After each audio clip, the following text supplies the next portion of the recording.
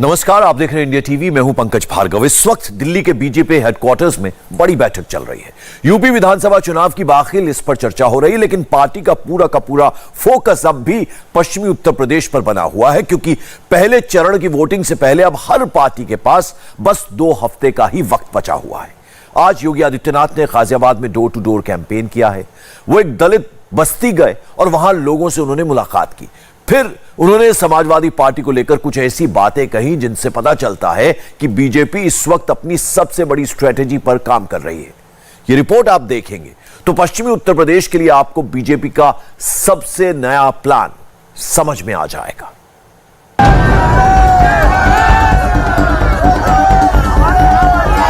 Door to door campaign से योगी आदित्यनाथ ने भी पब्लिक की डोर पकड़नी शुरू कर दी है।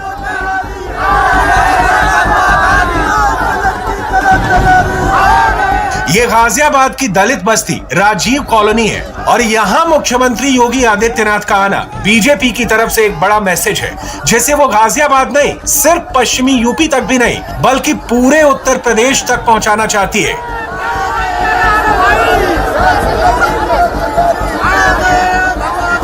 योगी दलितों के बीच पहुंचे, बीजेपी के पर्चे बांटे, पार्टी के लिए वोट मांगा तो कुछ महिलाओं ने उन्हें तिलक भी लगाया।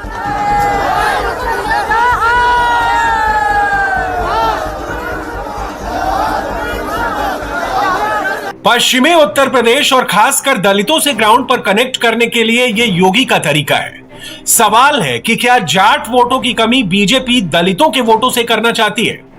योगी ने ओपनिंग ठीक की तो पश्चिमी यूपी के बाद शुरुआती राउंड में बड़ी बढ़त मिल सकती है।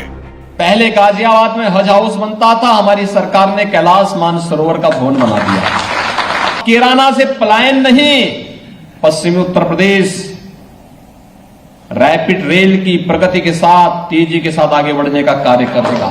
अलीगढ़ में अलीगढ़ मुस्लिम विश्वविद्यालय की स्थापना के लिए राजा महेंद्र प्रताप सिंह जी ने अपनी भूमि, अपनी प्रॉपर्टी दान की थी, लेकिन अलीगढ़ मुस्लिम विश्वविद्यालय में उनके नाम का एक भी पट नहीं। हमने उन्हीं के नाम पर एक विश्वविद्यालय, राजा महेंद्र प्रताप सिंह विश्वविद्यालय, उसी अलीगढ़ में स्थापित किया। योगी आदित्यनाथ जानते हैं कि गाजियाबाद कितना अहम है। ये दिल्ली से जुड़ा यूपी का जिला है और इसे पश्चिमी उत्तर प्रदेश का एंट्री गेट कहा जाता है। गोरखपुर में दलित परिवार के घर खाना खाने के बाद दलित वोट बैंक की तरफ योगी आदित्यनाथ का ये 10 दिनों के अंदर ये दूसरी बड़ी तस्वीर है। पश्चिमी यूपी में बीजेपी को यह एहसास भी हो रहा है कि जाट वोटों को लेकर उसे नुकसान उठाना पड़ सकता है, और यह बात India TV ground zero research के ओपिनियन पोल में भी दिखाई देती है। पश्चिमी यूपी में 26% जाट ही बीजेपी प्लस के साथ दिख रहे हैं, 68% सपा प्लस के साथ हैं, 2% बीएसपी, 1% कांग्रेस के साथ हैं। जबकि 2017 के चुनाव में बीजेपी ने ऐसा कमाल किया था कि जाटों ने बीजेपी को जमकर वोट दिया था और उसने पश्चिमी यूपी की 97 में से 82 सीटें जीती थी। ऐसे में बीजेपी जाट वोट बैंक में होने वाले संभावित नुकसान की भरपाई दलित वोटों से भी करना चाहेगी। पश्चिमी यूपी में करीब 17% जाट वोटर है, जबकि दलित वोटर 26% है और इनमें जाटो 80% है। इन दोनों वोट को साथ रखने के लिए बीजेपी की स्ट्रेटेजी देखिए। एक दिन पहले केंद्रीय गृह मंत्री अमित शाह कैराना में थे और अब योगी ने चुनी गाजियाबाद की एक दलित बस्ती। ये साहिबाबाद विधानसभा क्षेत्र की राजीव कॉलोनी है। गाजियाबाद जो कभी बीएसपी का गढ़ था, वहां 2017 में बीजेपी ने 5 विधानसभा सीटें जीती थी। लोनी, मुरादनगर, मोदीनगर, साहिबाबाद और गाजियाबाद शहर। 2017 के पहले इस पश्चिमी उत्तर प्रदेश में आते थे, क्या स्थितियां थी? भय का माहौल था। बेटियां सड़कों पे नहीं निकल पाती थी, स्कूल नहीं जा पाती थी। बहुत सारी जगह तो ऐसा था कि सायंकाल सूर्यास्त के बाद सुनसान कर्फ्यू जैसा दृश्य हो जाता था। हर दूसरे तीसरे दिन कोई ना कोई दंगा होता था। माफिया सत्ता के संरक्षण में जिस किसी की भी भूमि पर कब्जा कर लेते थे। हम लोग जब 2017 में आए तो हमारी सरकार ने पहली घोषणा की थी, हमने पहला निर्णय लिया था अवैध बूचड़खानों को बंद करने का, बेटियों की सुरक्षा के लिए एंटी रोमियो स्क्वाड के गठन करने का। समाजवादी पार्टी की सरकार भी 2012 में आई थी। पहला फैसला क्या था? राम जन्मभूमि पर आतंकी हमला करने वाले आतंकवादियों के मुकदमों को वापस लेने का है। फर्क साफ है। सवाल है कि आखिर योगी आदित्यनाथ ने दलितों तक डोर टू डोर कैंपेन के लिए गाजियाबाद को ही क्यों चुना? गाजियाबाद की 5 विधानसभा सीटों पर दलित और मुस्लिम वोटर निर्णायक भूमिका निभाते हैं और इसी समीकरण को साधते हुए बीएसपी ने 2012 में गाजियाबाद की 5 में से 4 सीटें जीती थी, लेकिन 2014 के बाद इक्वेशन ऐसी बदली कि 2017 में बीजेपी उम्मीदवार गाजियाबाद की 5 में से 4 सीटों पर 30,000 वोट के मार्जिन से जीते थे। गाजियाबाद शहर में 5 लाख वोटर हैं, दलित 80,000, मुस्लिम वोटर 35,000। साहिबाबाद विधानसभा 8.5 लाख वोटर, दलित 1 लाख, मुस्लिम वोटर 1.5 लाख। लोनी विधानसभा में 4.5 लाख वोटर, दलित वोटर 35,000, मुस्लिम वोटर 95,000। मुरादाबाद विधानसभा में 4 लाख वोटर, दलित 50,000, मुस्लिम वोटर भी करीब 50,000। मोदी नगर में 3.5 लाख वोटर, दलित 35,000, मुस्लिम वोटर 50,000। इसी समीकरण को बीजेपी ने पिछले 7-8 सालों में काउंटर किया है और वो इसमें पूरी तरह कामयाब रही है। लेकिन दलितों के बीच बीजेपी कितनी फेवरेट है, इसे हम India TV ground zero research के ओपिनियन पोल से समझ सकते हैं, जिसमें दलितों में बड़े हिस्से और मायावती के कोर वोटर समझे जाने वाले जाटो कहां हैं वो देखिए। 14% जाटो बीजेपी के साथ हैं, 9% सपा, 61% जाटो बीएसपी यानी मायावती के साथ हैं, 12% कांग्रेस और 4% अन्य के साथ हैं। पश्चिमी उत्तर प्रदेश में दलित समुदाय की भागीदारी वोट के लिहाज से बेहद अहम मानी जाती है, जिसमें 80% वोट जाटव समुदाय के होते हैं। जाटव समुदाय को आमतौर पर मायावती का कोर वोटर माना जाता है, लेकिन अगर पिछले कुछ समय से बात किया जाए तो दलित समुदाय में बाकी बचे हुए परसेंटेज में वाल्मीकि और पासी समाज का झुकाव भारतीय जनता पार्टी की तरफ बढ़ता हुआ नजर आया है। पश्चिमी यूपी के मेरठ, नोएडा, बुलंदशहर, बागपत, गाजियाबाद, अलीगढ़, हाथरस, रामपुर और आगरा, इन जिलों में इन दोनों समुदायों ने, खासकर वाल्मीकि समुदाय ने पिछले कुछ सालों में बीजेपी को वोट दिया है। अब बीजेपी इसी तरह जाटो समाज को भी करीब लाना चाहती है, लेकिन क्या ये इतना आसान है जितना पासी और अन्य दलित समुदायों के बीच बीजेपी ने पैठ बनाई है? India TV ground zero research का ओपिनियन पोल बताता है कि दलितों में पासी समाज के 45% लोग बीजेपी को सपोर्ट कर रहे हैं, 27% सपा, 7% बसपा, 12% कांग्रेस और 9% अन्य के साथ हैं। 52% अन्य शेड्यूल कास्ट के वोटर्स बीजेपी के समर्थक हैं, 24% सपा, 11% जाटो बसपा, 7% कांग्रेस और 6% अन्य के साथ हैं। लेकिन ये आंकड़े देखकर बीजेपी कैंप को खुश होने की इतनी जल्दी नहीं करनी चाहिए, क्योंकि जब योगी आदित्यनाथ गाजियाबाद में दलित कॉलोनी का दौरा कर रहे थे, तब आगरा से बीजेपी के एक विधायक अपना इस्तीफा टाइप कर रहे थे। आगरा से विधायक जितेंद्र वर्मा पिछड़े वर्ग निषाद से आते हैं और उन्होंने टिकट कटने के बाद बीजेपी छोड़ दी है। अब उनकी नई पार्टी समाजवादी पार्टी होगी। वैसे पश्चिमी यूपी में एक और जाति है जो 10 सीटों पर सीधे असर रखती है और 12 से ज्यादा सीटों पर खेल बिगाड़ सकती है। ये है पश्चिमी यूपी का सैनी समुदाय, जो जाटों की तरह किसानी और खेती करते हैं। पिछड़ी जाति में आने वाला सैनी समाज सहारनपुर, बिजनौर, मेरठ, मुजफ्फरनगर, शामली, बुलंदशहर, शामली, अमरोहा और मुरादाबाद में बड़ी तादाद में है।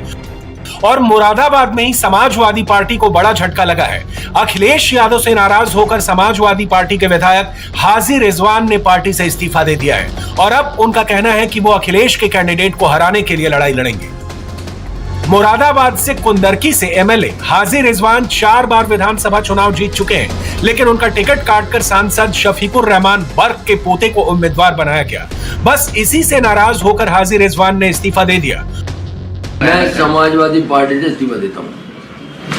मैंने पार्टी छोड़ने का ऐलान करा। मुझसे अखिलेश जी ने कहा कि मैं ये जो है डॉक्टर बर्क कह रहे मैं इस्तीफा दे दूंगा, तो इस्तीफा दे दूंगा। उनके इस्तीफे से कोई विधायक नहीं आता, लेकिन मेरे इस्तीफे से कई हारा सच्चाई है बिल्कुल, क्योंकि मैं जमीनी आदमी हूँ। डॉक्टर बर्क जमीनी नहीं है, बनना अलग बात है, बनाते हम ही लोग हैं।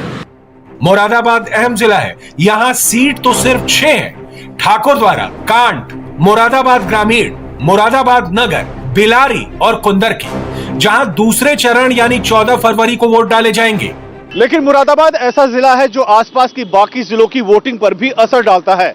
हाजी रिजवान के इल्जाम पर एसपी सांसद शफीकुर रहमान बर्क का क्या कहना है, अब वो देखिए, क्योंकि कुंदरकी की सीट पर अखिलेश ने उनके पोते को खड़ा किया है। मेरी कोशिश ये थी कि मैं ज़ियाउर रहमान को लड़ाना चाहता हूँ। बहरहाल उन्होंने कहा कि अब ज़ियाउर रहमान को हमारी ख्वाहिश ये है कि कुंदरकी से लड़ा दे। हमने कहा कुंदरकी से लड़ा दी। क्या वजह रही वहां पर जो 2 बार के समाजवादी पार्टी के जिताऊ कैंडिडेट थे हाजी रिजवान साहब, उनका टिकट काटकर ज़ियाउर रहमान बर्क को टिकट दिया गया? भाई मैं उन पर कोई तबसरा नहीं करना चाहता, लेकिन ये था वो वहाँ की पब्लिक उनसे राजी नहीं है। बस अब ये कि क्यों ना थी, ये तो बहुत सी वजूहात हैं, और उससे मुझसे क्यों कहलवाना चाहते हो, क्या वजूहात हैं पब्लिक जानती है। पोते पे ज्यादा भरोसा है या समाजवादी पार्टी पर? हाँ, पोते पे ज्यादा भरोसा जता रहे हैं समाजवादी पार्टी पर? समाजवादी पार्टी का अपनी जगह पर है और हमारा अपना ताल्लुकात या जो कुछ मकाम है वो अपनी जगह पर। अब एक बार फिर चलते हैं पश्चिमी उत्तर प्रदेश की राजनीति का बड़ा एपिसेंटर मुजफ्फरनगर, जहां की 6 सीटों पर गाजियाबाद की तरह 10 फरवरी यानी पहले चरण में ही वोट डाले जाएंगे। किसान आंदोलन को लेकर मुजफ्फरनगर ने खूब उबाल देखा है। क्या ये उबाल अब भी कायम है या कैराना और जिना के बीच मुजफ्फरनगर भी 80 और 20 वाली धारा में बहने लगा है? तावली गांव में हम मौजूद हैं। मुजफ्फरनगर जिला है, यहाँ पर 6 की 6 सीटें बीजेपी ने जीती थी, लेकिन उस वक्त दंगों का माहौल था। लेकिन सवाल ये है कि 2022 के वोट किस हालात में गिर रहे हैं, ये सबसे बड़ा सवाल है। और इस इलाके में 6 की 6 सीटों पर आरएलडी और समाजवादी गठबंधन ने भी और बीजेपी ने भी सभी हिंदू उम्मीदवार हैं। तो क्या ये दंगों की वजह से जो वोट विभाजन हुआ था उसकी काट है या क्या है? शुरुआत करते हैं। सर, अब की बार मुजफ्फरनगर में क्या तस्वीर आपको नजर आ रही है? किस तरह का वोट होगा और दंगों के बाद जो हालात थे वो कितने बदले? भाई गठबंधन को वोट देंगे, भाजपा को बिल्कुल नहीं देने के। ना एक सीट मुजफ्फरनगर की भाजपा के खाते में जाने देने के, नहीं जाने देंगे, बिल्कुल नहीं जाने देने के। बहुत काल कर दिया इन्होंने। सिलेंडर 3.5 सवा था 9.5 सवा कर दिया। वंगा बछड़े खेती खा रहे, इन्होंने कुछ नहीं करा। विकास तो कर रही नहीं, नौकरी एक नहीं दी 5 साल में। योगी कह रहे हैं कि बुचड़खाने बंद कराए, कुछ नहीं करा योगी तो। महाराज जगह कहीं वहाँ जाएगा मंदिर में, अब का तो। अच्छा, मंदिर जाएगा? हाँ जी। तो यहाँ बीएसपी ने अब की बार बहुत सारे उम्मीदवार मुस्लिम कैंडिडेट उतारे हैं, तो बीएसपी क्यों नहीं? बीएसपी को नहीं देते जी, वो भी भाजपा में ही मिले, मायावती भी। अच्छा, हम गठबंधन को देंगे, अखिलेश को और जयंत को। इसके बाद किसी को वोट नहीं करेंगे हम। अच्छा, जो जाट और मुसलमान के बीच दंगों के बाद की खाई थी, क्या वो सिमट गई है? वो भेद मिट गया है? हाँ जी, दंगे हमारा राजीनामा हो गया पंचायत में राकेश टिकैत का, तो हमारा कोई समझौता पूरा हो गया। अब जा मतलब कोई भेदभाव नहीं है हमारे, नहीं कुछ नहीं है जी। सर, जब आप वोट डालने जाएंगे तो किन हालात में अब की बार वोट डल रहा है? मुजफ्फरनगर में क्या तस्वीर बदलती दिखाई दे रही है आपको 2017 के मुकाबले 22? तस्वीर तो यही है कि जो पहले जो खाई पैदा करी गई थी वो सब भर दी गई। आज के टाइम में कोई पक्षपात की तरफ नहीं जा रहा, वो केवल जो है ना वो देख रहा है अपनी पार्टी। ठीक है, तो सब यहाँ पे जो है ना जो भी पार्टी है, जो भी हमें वोट देने वाले है, वो केवल गठबंधन को है, गठबंधन को वोट दे रहे हैं। गठबंधन को। तो बहुत सी जगह जैसे आरएलडी का सिवाल खास से कैंडिडेट एक मुसलमान है, तो बहुत विरोध हुआ जाट समुदाय की तरफ से।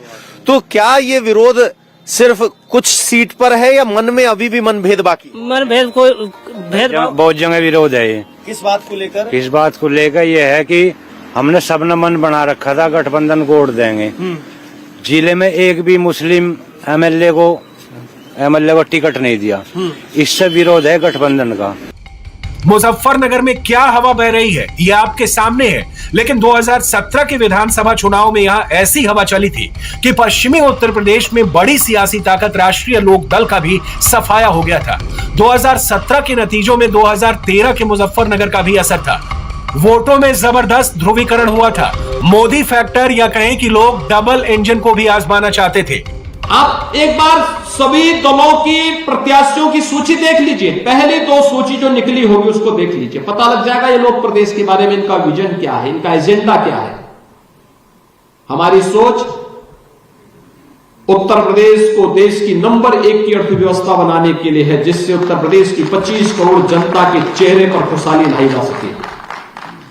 उनकी सोच स्वयं के विकास की है और इसके लिए वे लोग दंगों की आग में प्रदेश को झोंकना चाहते हैं।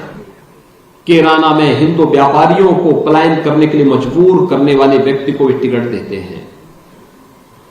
मुजफ्फरनगर के दंगाइयों को, बुलंदशहर के दंगाइयों को, मेरठ के उपद्रवियों को वे लोग टिकट देते हैं। तालिबान का समर्थन करने वाले लोगों को मुरादाबाद में टिकट देते हैं, अमरोहा और संभल में प्रत्याशी बनाते हैं। ये कैसी सोच लेकर के आ रहे हैं? और उसके बाद बड़ी बड़ी डींगे हाँकते हैं। पिन्ना गांव में इस वक्त हम मौजूद हैं, मुजफ्फरनगर जिले में आता है। मुजफ्फरनगर में एक बार फिर सुगबुगाहट ये है कि जाट किसके साथ, वहीं कुछ मुस्लिम इस बात को लेकर आपत्ति कर रहे हैं कि भाई मुस्लिम कैंडिडेट नहीं दिए आरएलडी एसपी के गठबंधन ने। लोग हमारे साथ, उनसे बात करते हैं। चौधरी साहब, क्या नाम हुआ आपका? विजेंद्र जी, क्या तस्वीर लग रही है मुजफ्फरनगर के आसपास के इलाके की? हवा क्या है? हवा या कोई एक आधी सीट का किसी और पर चली गई, किसी धोखे तो असलियत में तो जाने वाली नहीं। अच्छा, ये आपका दावा ये है कि 6 की 6 पहले की तरह रहेंगी? हम तो एक आधी कहीं तो साथ हुई भी मिल जाए तो वो अभी मुझे तो लग रहा है कि कहीं तो लगी तो है। अच्छा, ये बताओ, नहीं पिछली बार तो मुजफ्फरनगर दंगे हो गए थे तो कहा कि भाई पोलराइजेशन हो गया, अब की बार कौन सी बात है? अब की बार बात यह जिन्हें पता अक दंगा क्या चीज हो, वे तो अपनी पिछली बात पढ़े खड़े, और जिन्हें पता ही कुछ नहीं उनका तो कुछ जिक्र नहीं करता मैं। तो मुझे तो बहुत हिसाब ठीक दिखाई दे रहा। ठीक, अच्छा, आपको लग रहा है कि बीजेपी पक्ष का? तो जाट जो नाराज बताए जा रहे वो कौन से हैं? जाट नाराज नहीं है, जाट तो बहुत खुश हो। कुछ लोग जो तो बताए थे ना जोन से कि उनमें जाटों का लड़ा नहीं कुछ। हवा तवा में माहौल में चुनाव हो रहा है, क्या आपको लग रहा है कि अब की बार की तस्वीर? अब की सबसे बड़ी बात है यहाँ सुरक्षा की। यहाँ खेत में गन्ना छोल गाँव थे, सुबह ट्रॉली साफ, खेत में से गन्ना उठा के ले जाते। अब 5 साल हो गए, किसी का एक गन्ना कोई चीज कहीं पड़ी, किसी टाइम आओ किसी टाइम जाओ, सब सुरक्षित है बिल्कुल। खाई बनी थी, वो खाई पट गई है क्या? गठबंधन में कोई उम्मीद है अब की बार? गठबंधन का चला रहा, किसी का आज नहीं चला क्यों भाई? ये तो एक तरफ आओगे भाजपा। हाँ, अच्छा, भाजपा आओगी। वो तो कह रहे जाट और मुसलमान एक हो गए। नहीं, कुछ नहीं, कुछ नहीं हुए भाई। इन सबके बीच समझा जा सकता है कि पश्चिमी यूपी में लड़ाई क्या होने जा रही है। India TV ground zero research के ओपिनियन पोल में पश्चिमी यूपी की 97 सीटों पर बीजेपी प्लस को 59 सीट मिलने का अनुमान है। समाजवादी पार्टी गठबंधन 37 सीट पर जीत सकती है, बहुजन समाज पार्टी 1 सीट निकाल सकती है, तो कांग्रेस और अन्य का स्कोर 0 रह सकता है। इन सीटों का फैसला पहले 2 चरणों में हो जाएगा, यानी 10 फरवरी को और 14 फरवरी को, जब वोट डाले जाएंगे। और यहाँ से जो बढ़त बनाएगा वो आखिरी स्टेज तक इस चुनाव की रेस में बना रहेगा। इंडिया टीवी हर वक्त हर जगह डाउनलोड करने के लिए सर्च करें India TV news Google play store या ऐप स्टोर पर।